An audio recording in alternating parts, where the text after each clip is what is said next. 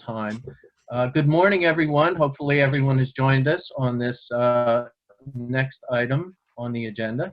Thank you for joining us for the 23rd Annual Pennsylvania Abandoned Mine Reclamation Virtual Conference. I'm Andy McAllister, the Regional Coordinator for the Western Pennsylvania Coalition for Abandoned Mine Reclamation. And as I said before, due to technical issues on my end, you'll not be seeing a video of me, so we apologize for that.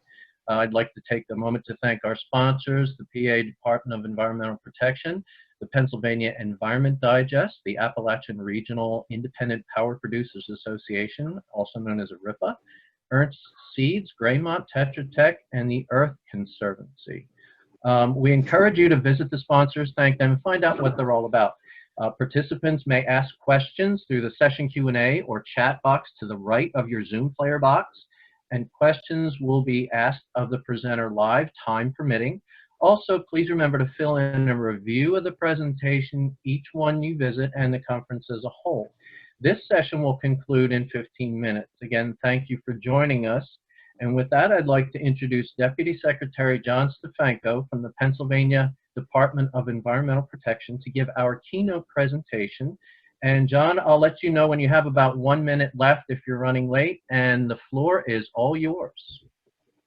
Well, thank you. You know me, I'm usually short and brief and to the point, and that's pretty much how I'm going to be. I apologize for my voice. I'm a little bit raspy this morning. I'm glad I was able to finally join you. I had my own technical difficulties this morning as well, Andy, even though we were able to get video. You're coming live from my kitchen. I would have preferred to be outside like Ann's beautiful front porch, but the weather is a little bit more dreary out this way.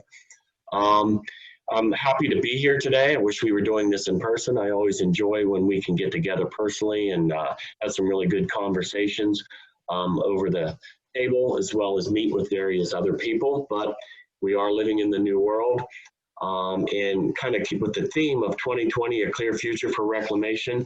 It's kind of interesting. I think that is a good topic. I think for right now in 2020, we do have a clear future for reclamation and the fact that we know that it needs to continue. We still have many thousands of acres of AML that needs cleaned up. We have over 5,500 miles of streams that need addressed. We do know right now things are, pardon the pun, a little muddy because we do know that there was a lot going on with regards to reauthorization. It's vitally important to Pennsylvania as well as of all of our other sister states. So that's a little murky, but it's very clear that our end goal is that we need to get some type of reauthorization across the finish line.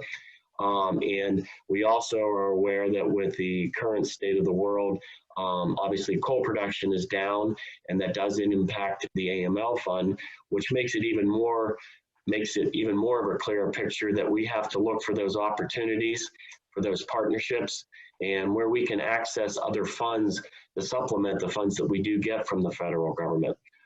As we all are aware, we do get the AML pilot funding. That is a very nice slug of money that we have been getting, and we anticipate or hope to anticipate getting that for future years, which does help us supplement our funding. So that kind of keeps us focused on the point of the clear future is we still need to reclaim a lot, and we need to continue to do that. But we still have a lot of work to get to that point that we feel more comfortable with knowing what the next 7 to 15 years are. Obviously, we'd like to go 15 years on reauthorization, and we hope that occurs. So that's kind of like the clear picture of where we need to get to. But we need to all do this together, whether it be from the state and the local level.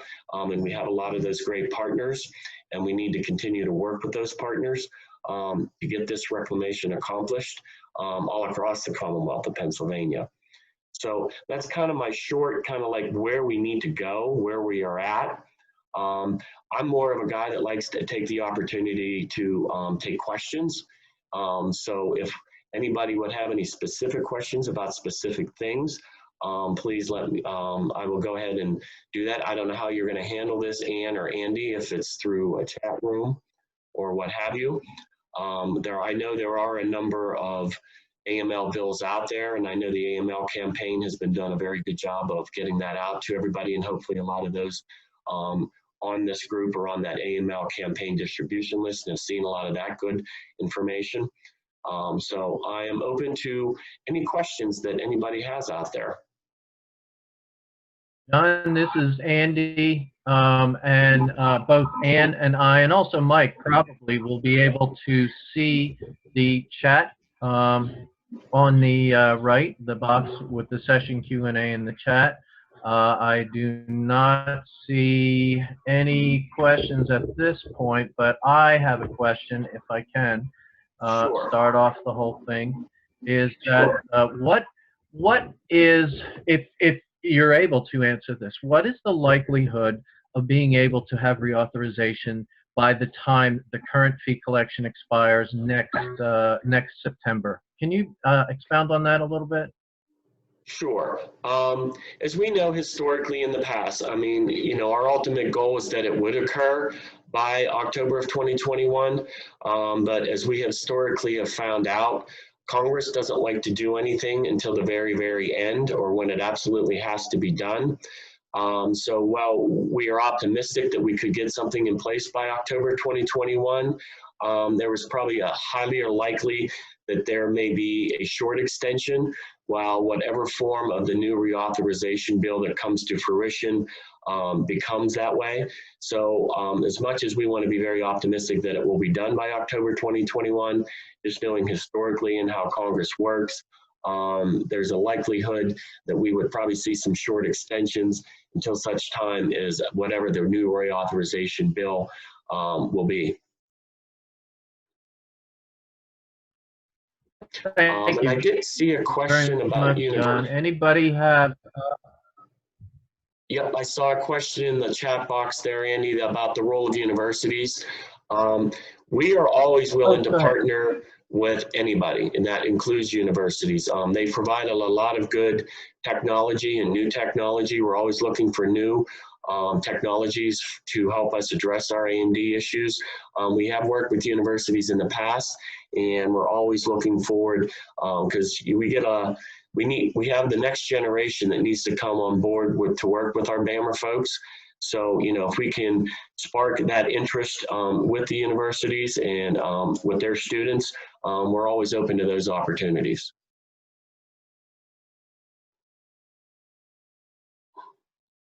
All right, thank you. Any other questions? Let me check the session Q&A box on the right here and see if we have anything floating around there. And the chat. Okay, nothing else there. John, I wanted to ask you a question regarding legislation that has been out there for several months or a year, whatever, about reauthorization or other permutations of reauthorization. Do you know what the state's opinion of those are? Is the state neutral? Is the state against them? Can you fill in some of the blanks there? Basically, at this point in time, there are a number of bills out there, and we've done some various bill analysis. Probably the most recent one, we've reached out to the governor's office, and they are neutral at this point. And for the most part, that's probably what we're going to get from our administration at this point until they see a specific bill that looks like it's going to cross a finish line. They have a tendency to like to see the specifics. And as we all know, there's a number of different versions of the different bills out there that we've, done different evaluations on. But until they see like a final bill that's going to probably move fairly quickly, we probably won't get a firm commitment one way or the other. But at this point in time, what we have received from our governor's office is they are neutral. They do know the value of the AML program, and they would like to see that funding continue. It's just a matter of ensuring whatever bill gets moved forward, that they feel that Pennsylvania is getting the best that they can so that we can continue to do the reclamation work that we do here in PA. I have another question for you. Is the AML pilot program funding that the state receives, is Is that coming up? Have you decided on 2021 projects? We, as you are all aware, we made an announcement on the 2019. I'm working with Eric Cavazza, the Bureau of the director of the Bureau of Abandoned Mine Reclamation. And this week we will be meeting with the Secretary of the Department to kind of brief him on what our plans are for the 2020 pilot money. And as we are aware, there is 2021 pilot money in a bill, so we would anticipate that coming. We have to evaluate them each year. We had some, I should say, administrative issues that popped up that we have to address, and we are still working with our federal partners as well as internally within DEP to determine how best we can get the funding out and in what form to ensure that we're doing it, in a legal manner as we speak. But for 2020, we're still working on that plan. And once we have that put together, we will make sure that we share that with all of our partners, because Eric's come up with some really good innovative ideas. And I think that we can continue to do and work with our partners, but maybe in just a slightly different manner than we have up until this point. Excuse me.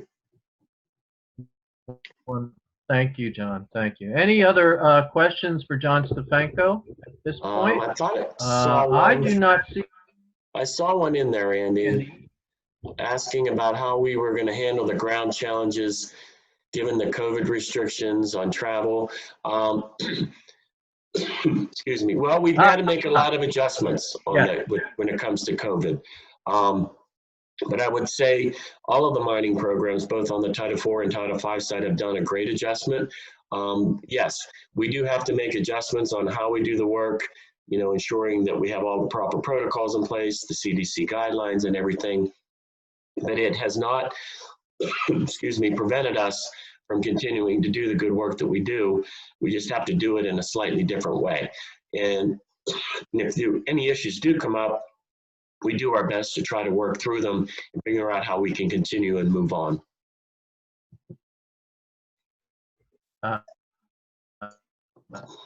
Thank you. Thank you, John. And any other questions for John Stefanko? I'm looking in the chat box. I do not see any additional ones, and I don't see any in the session Q&A.